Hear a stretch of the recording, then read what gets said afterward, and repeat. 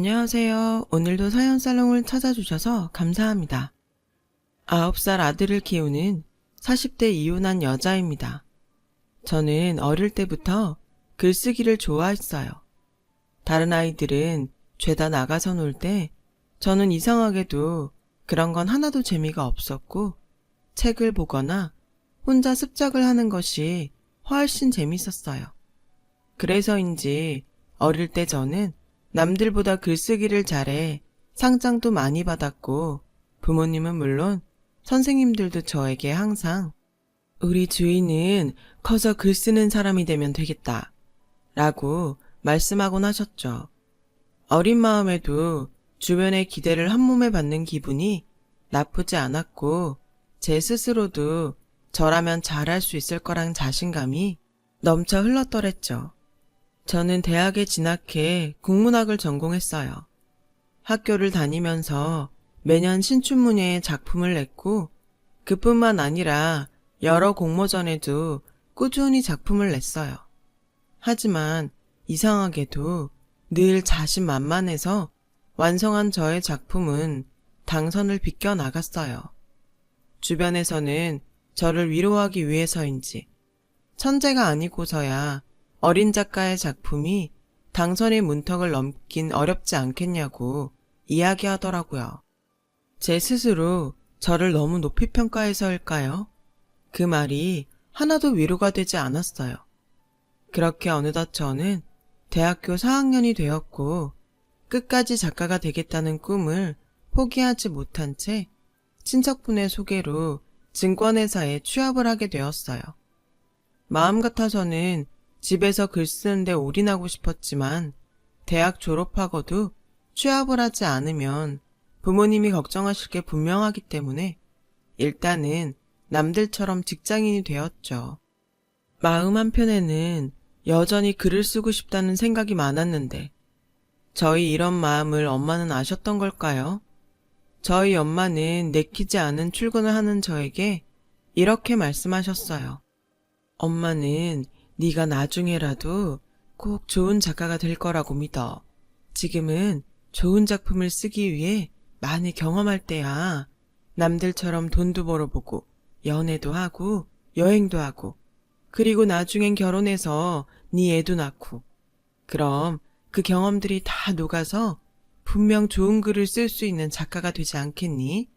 그러니까 너무 실망하지 마 우리 딸. 엄마라는 존재는 자식이 말을 하지 않아도 어떤 고민을 하는지 알아차릴 수 있는 게 분명해요. 저는 엄마의 말을 듣고 긍정적으로 생각을 바꿨어요.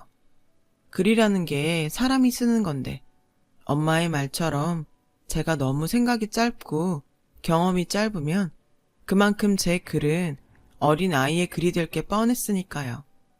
그 후 우울한 마음을 완전히 벗자 생각하고 직장 생활에 최선을 다했어요.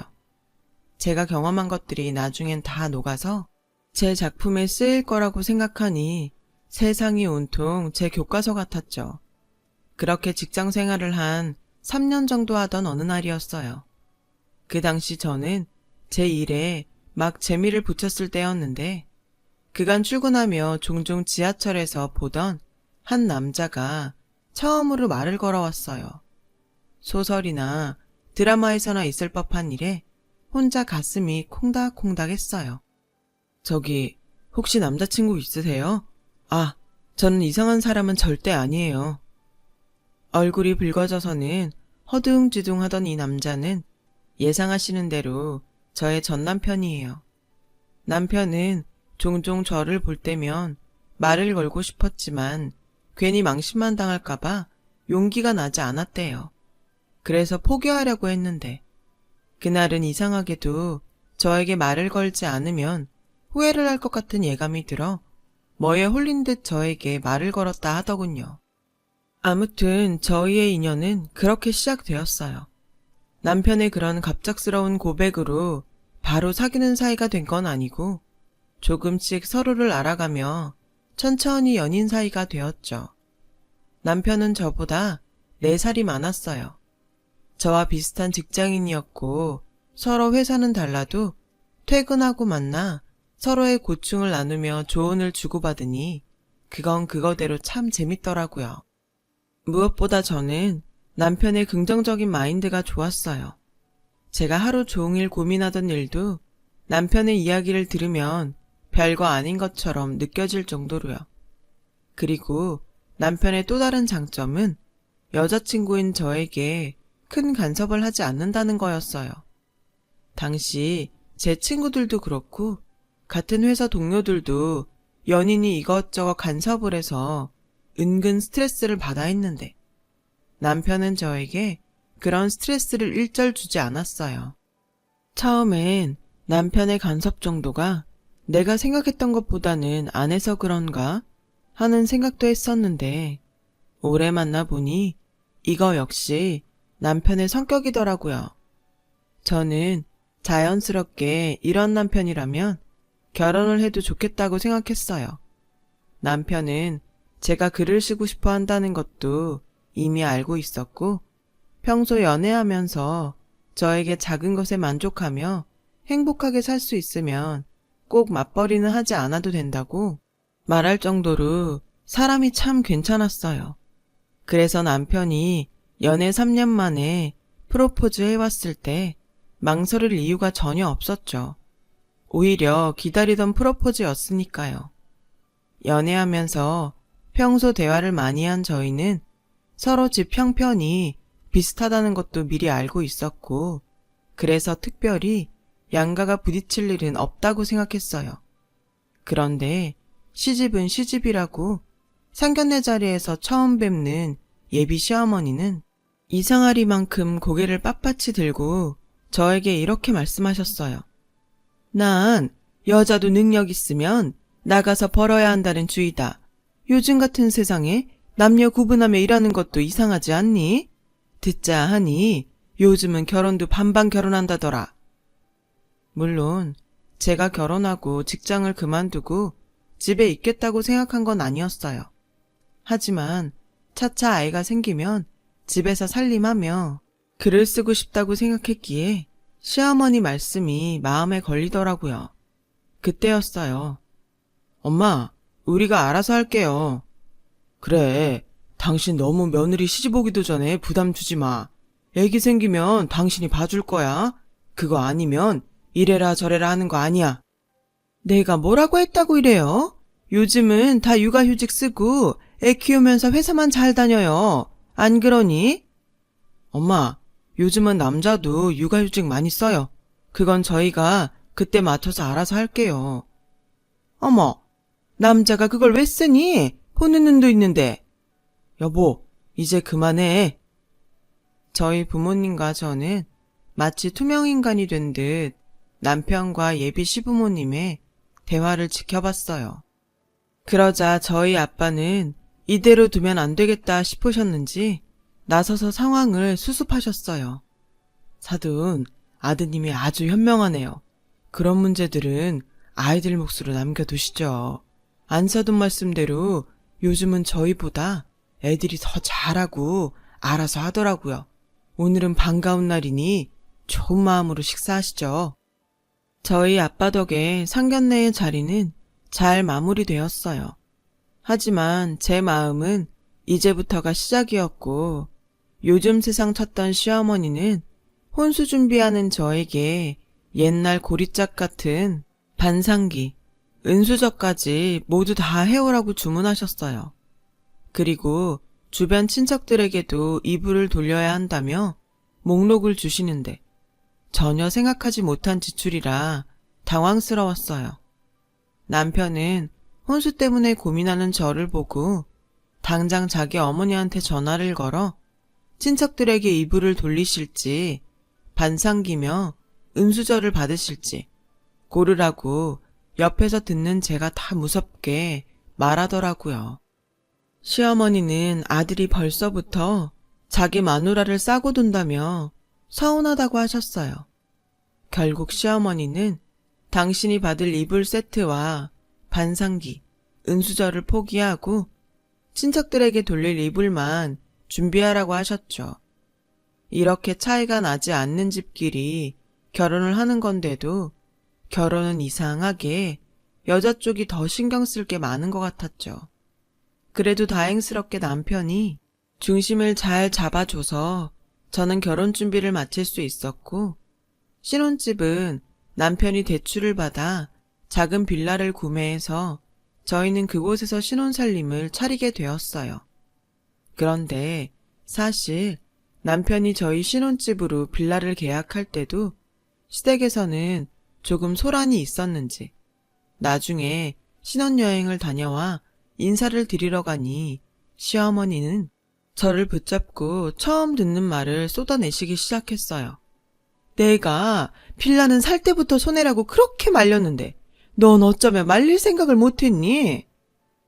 저는 혼수 문제 말고는 시어머니가 서운하게 생각할 게 없다고 생각했는데 그야말로 마른 하늘에 날벼락 맞은 기분으로 저는 상황 파악을 하고 있었어요.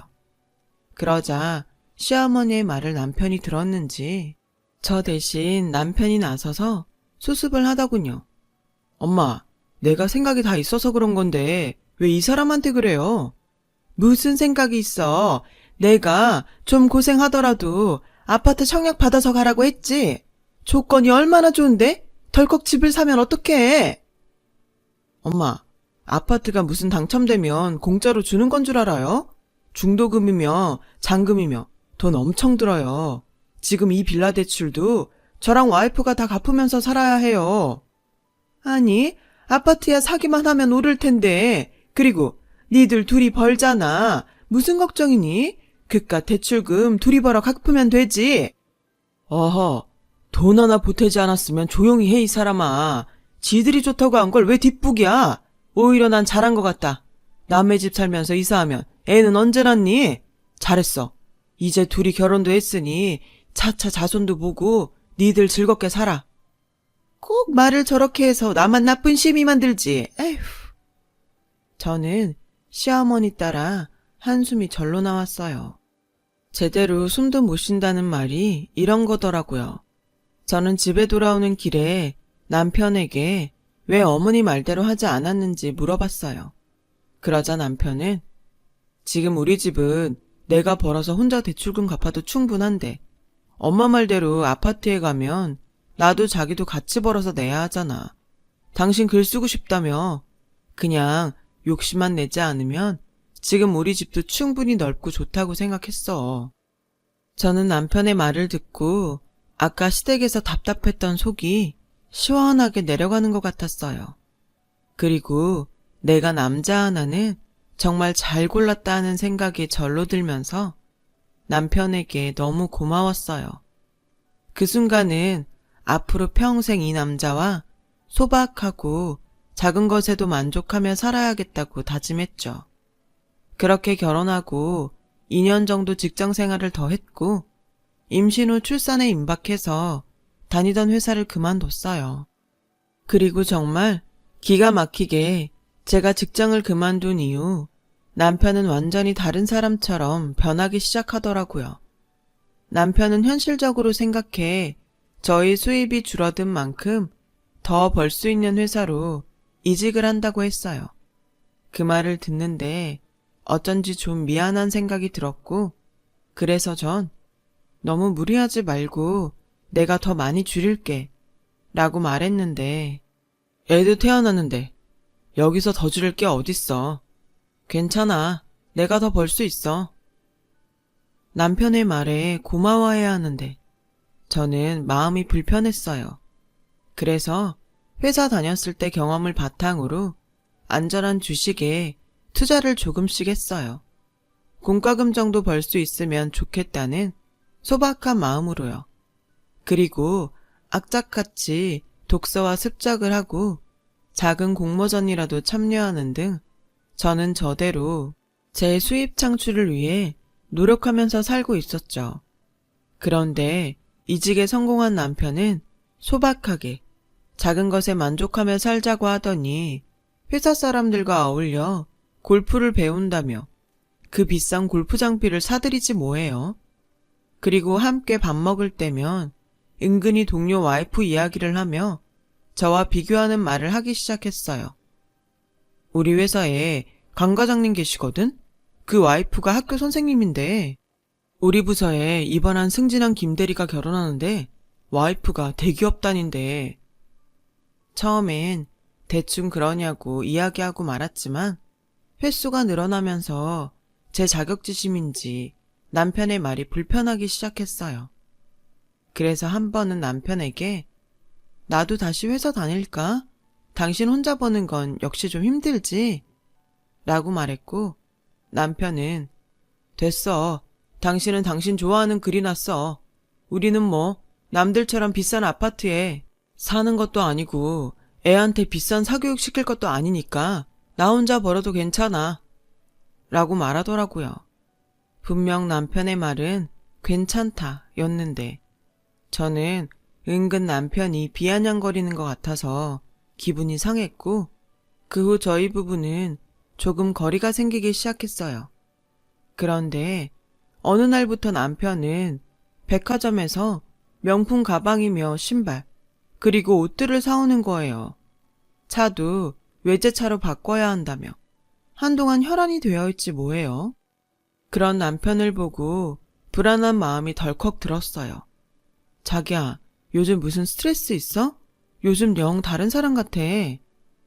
예전엔 몰랐는데 이젠 나도 나이가 있잖아. 사람들이 은근 보이는데 투자하는데 다 이유가 있더라. 요즘 밖에서 운전하면 국산차는 끼워주지도 않아. 나 오늘도 집에 오는데 안 끼워져서 얼마나 돌아왔는데.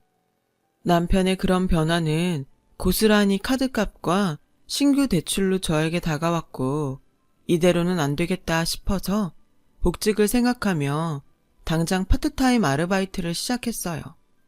남편은 어디 가서 푼돈 벌어오지 말고 집에서 글이나 쓰라고 하는데 이젠 그 말도 짜증이 나더라고요. 이게 다 당신이 안 하던 사치를 해서 그런 거잖아. 지금이라도 정신 차려. 사치 아니라니까. 예전엔 젊고 어리니까 사람들이 성실하다고 생각해 줬는데 이젠 궁상 맞다고 생각해.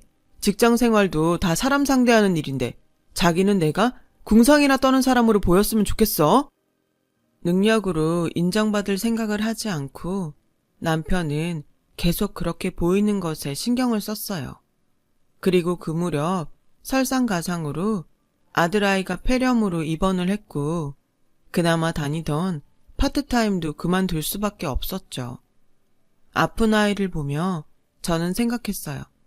어디서부터 뭐가 잘못됐을까? 하고요. 짙은 한숨으로 병실에 앉아있는데 옆에 저처럼 아이의 병간호를 하고 있는 어떤 아주머니가 저에게 힘드냐며 복도에 나가서 커피 한잔 하겠냐고 말을 걸어주셨어요. 딱 봐도 저보다 나이가 꽤 있어 보이는 아주머니의 호의에 저는 좋다고 병원 복도에 나갔고 그날 이상하게 한동안 아무에게도 하지 못했던 고민들을 꺼내놓았어요. 애기 엄마가 마음고생이 심하네. 내 말 잘 들어요. 부부라고 해도 모든 걸 같이 짊어질 필요는 없어요. 내 몫은 내 몫대로 챙기면서 남편도 자신의 행동에 책임질 수 있게 해요. 괜히 다 끌어안지 말고. 그 순간 정말 정신이 번쩍 났어요. 부부가 되고 한 아이의 부모가 되면서 저는 어쩌면 점점 제 자신보다 가족의 일원으로 살았던 게 아닐까 하는 생각이 들었어요. 그날이 있고부터 더욱 현실적인 고민을 하게 됐어요. 잘못된 길을 가는 남편만 믿다가는 같이 쪽박을 찰 것 같았거든요. 저희는 그간 소소하게 투자로 번 돈과 여러 작은 공모전에서 당선된 당선금을 모아 주식 투자를 시작했어요.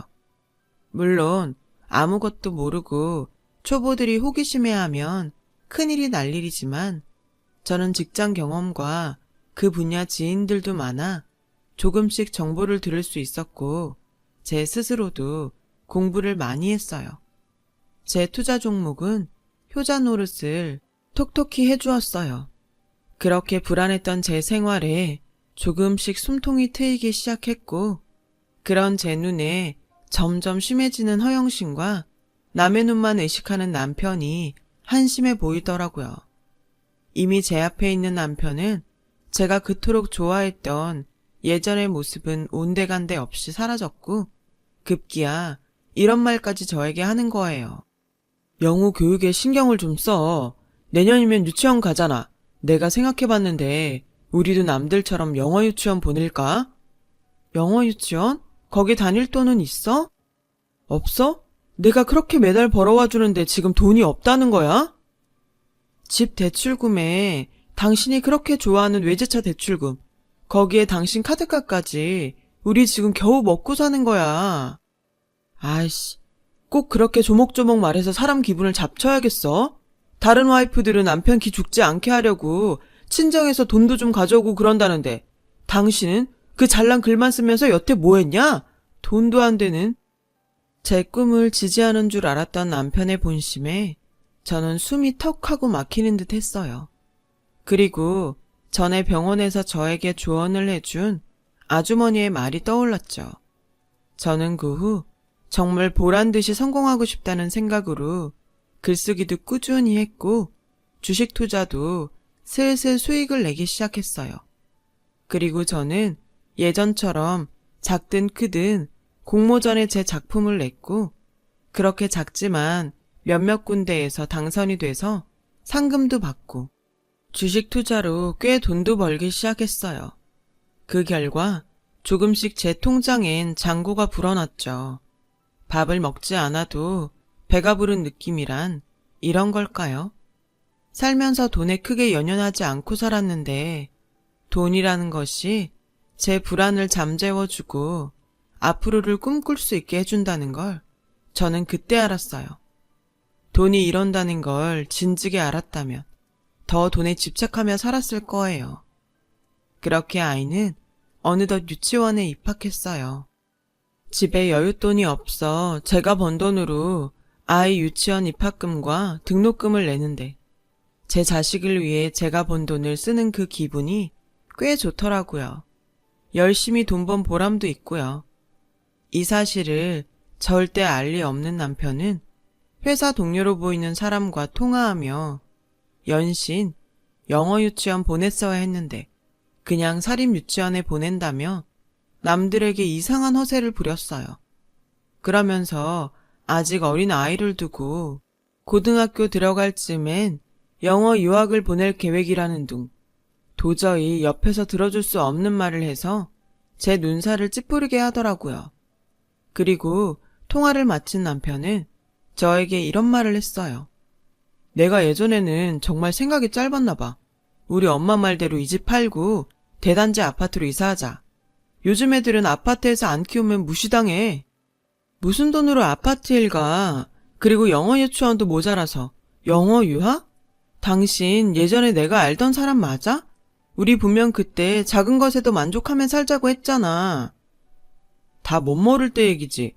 우리 영우도 조금 더 커봐. 당장 사람들이 어디 사는지, 아빠 직업이 뭔지, 우리 차가 뭔지 그런 걸 따질걸? 그래서 하는 소린데 당신 그 되도 않는 글 그만 쓰고 일하는 거 어때? 시덥잖은 알바 말고 당신도 공부해서 공무원 할래? 저는 남편의 말에 화가 났어요. 되도 않는다니. 응원까진 바라지 않았지만 남편의 무시에 저는 그날 참 많은 생각이 들더라고요. 그래서 그 다음날 남편에게는 그간 제가 쓰던 가계부를 던져주며 이제부터는 당신이 경제권을 가지라고 말했죠. 찬찬히 가계부를 보던 남편은 표정이 점점 어두워졌고 급기야 가계부를 바닥에 던지며 저에게 화를 내는데 여태 엉망으로 내 돈 다 갖다 써놓고 이제 와서 나보고 하라고? 엉망? 거기에 내가 뭘 썼는데 다 당신이 저지른 거 메꾸고 생활한 흔적이야. 나 어디 나가서 그 돈으로 티셔츠 하나 못 사 입었어. 누가 그렇게 지질이 궁상으로 살래? 적당히 눈치 봐서 안 될 것 같으면 내가 괜찮다고 해도 벌 생각을 했어야지. 당신은 사람이 왜 그렇게 무책임하냐? 우리 회사 와이프들은 얼마나 잘 버는지 알아? 남편한테 명품 서프라이즈도 하고 남자인 내가 봐도 멋있더라. 저는 이 인간에게는 더는 예전으로 돌아갈 기미가 없다는 걸 뼈저리게 느꼈어요. 사람이 변하기도 쉽지 않다고 하더니 남편은 그 반대로 너무 많이 변해버려서 제가 아무리 아이를 위해 이해하고 살려고 해도 도저히 미래가 보이지 않았어요. 그래서 저는 말이 통하지 않는 남편에게 이혼하자고 말했어요. 이혼하자는 말에 남편은 콧방귀를 끼며 나 아니면 어떻게 먹고 살려고? 그냥 홧김에 그러는 거면 나 하나도 안 무서우니까 그만해. 당신 뭐 할 줄 알아? 당신 같은 사람 요즘 회사에서 뽑아주지도 않아. 글쎄, 이러는 거예요. 저는 더는 기가 차서 듣고 싶지 않았어요. 그간 착실하게 찍힌 제 통장을 꺼내 남편 면상에 던졌죠. 사실 그간 공부도 하고 정보도 얻어 종잣돈 1,000만 원으로 얼마 전 목표하던 1억을 달성했거든요. 이렇게 말하면 참 쉬워 보이지만 저는 정말 죽기 살기로 했어요. 공부도 많이 하고 지인들한테 물어보기도 많이 물어보고 제 나름의 큰 돈이 들어갔기에 여간 신경을 쓴 게 아니었죠. 남편은 여전히 저를 무시하는 얼굴로 제 통장을 봤어요. 그리고 점점 표정이 굳어가는데 입으로 1, 10, 100, 1,000만, 10만, 100만, 1,000만 까지 센 남편은 방금 전과 완전히 달라진 태도로 저에게 말했어요. 당신 이게 다 뭐야? 1억? 내가 내 힘으로 번 돈이야. 그런데 왜 이 돈은 가계부에 없어? 아까 말했잖아. 그 돈으로는 내 티셔츠 한 장 안 사 입었다고. 그 가계부 잘 봐. 우리 영호 유치원 입학금도 내 돈으로 냈어. 당신 월급은 당신의 허영심 채우는데도 간당간당한지 이미 오래야. 아니, 네 거 내 거가 어딨어? 부부는 공동체인데. 그리고 여기에 내 돈도 들어간 거 아니야? 공동체? 그리고 당신 돈을 여기에 넣고 싶어도 남는 게 없어서 넣을 수도 없었어. 아까 당신이 말했지? 당신 아니어도 나 잘 먹고 잘 살 수 있으니까 이제 사람 그만 무시하고 이혼해. 아니, 아까는 내가 홧김에 그런 거지. 그리고 당신은 혼자 이렇게 벌면서 이걸 혼자 쓰려고 했어? 홧김? 혼자? 방금까지 네가 한 말을 생각해. 누가 그러더라? 너도 네 행동에 책임을 지게 해야 한다고. 여태 네가 싼 똥 내가 치우면서 나 많이 힘들었거든? 그래도 언젠가는 예전 그대로 돌아오겠지 생각했는데 너는 점점 더 똥밭으로 구르더라. 나까지 그 똥밭에 구르고 싶지 않으니까 이젠 헤어져. 저는 남편에게 그렇게 말하고 아이를 데리고 짐을 챙겼어요. 남편은 저의 옷자락을 잡아 끌며 잘못했다고 다시 예전처럼 돌아가겠다고 되지도 않는 약속을 했지만 저는 알 수 있었어요. 이 남자는 지금 반성하는 게 아니라 통장에 찍힌 돈에 눈이 돌아갔다는 것을요. 저는 현재 적극적으로 주식에 투자를 하고 있어요. 해보니 자신감도 생기고 너무 큰 욕심만 부리지 않으면 애 키우면서 이만한 일도 없더라고요. 그렇다고 글을 쓰지 않는 건 아니에요. 글쓰기는 저에겐 일기처럼 생활이 되었고 언젠가 제 인생의 역작이 나올 거라는 것엔 여전히 믿어 의심치 않고 있어요. 이혼 후 남편은 그놈의 허영심의 대가로 갖고 있던 집도 날리고 월급도 압류를 당했어요. 그렇게 서로 허세 부르던 회사 사람들 앞에서 제대로 망신을 당한 거죠. 그렇게 남의 눈 의식하더니 아주 꼴 좋더라고요. 아이는 다행히 아빠를 닮지 않았어요. 그리고 최근에 알게 되었는데 아이가 학교에서 제 자랑을 많이 하고 다닌대요. 아들은 열심히 일하고 또 열심히 글을 쓰는 제가 세상에서 제일 좋대요. 나도 엄마처럼 뭐든 열심히 노력하는 사람이 될 거야. 나는 세상에서 엄마가 제일 존경스럽고 제일 멋져. 제 앞에서 그 작은 엄지를 치켜 올려주는 아들을 보고 저는 얼마나 울었는지 몰라요. 저는 제 아이에게 인정받은 후로 더 열심히 살고 있답니다. 다른 사람도 아니고 제 아들이 그렇게 믿어주니 세상 누구보다 행복합니다. 제 잔고는 여전히 저와 제 아들을 위해 불어나고 있는 중이에요. 돈으로 행복을 살 순 없지만 저는 이 돈으로 저희 아들과 행복한 생활을 위해 쓸 생각이에요. 앞으로도 있는 힘을 다해 아들의 웃는 얼굴을 지켜가려 합니다. 지금까지 저의 이야기를 들어주셔서 고맙습니다. 들어주신 분 모두 인생의 늘 행복한 주인공이 되시길 바랄게요. 여러분, 사연 댓글에 응원과 현명한 조언 부탁드려요. 좋아요와 구독은 저에게 큰 힘이 됩니다. 오늘도 좋은 일 가득하세요.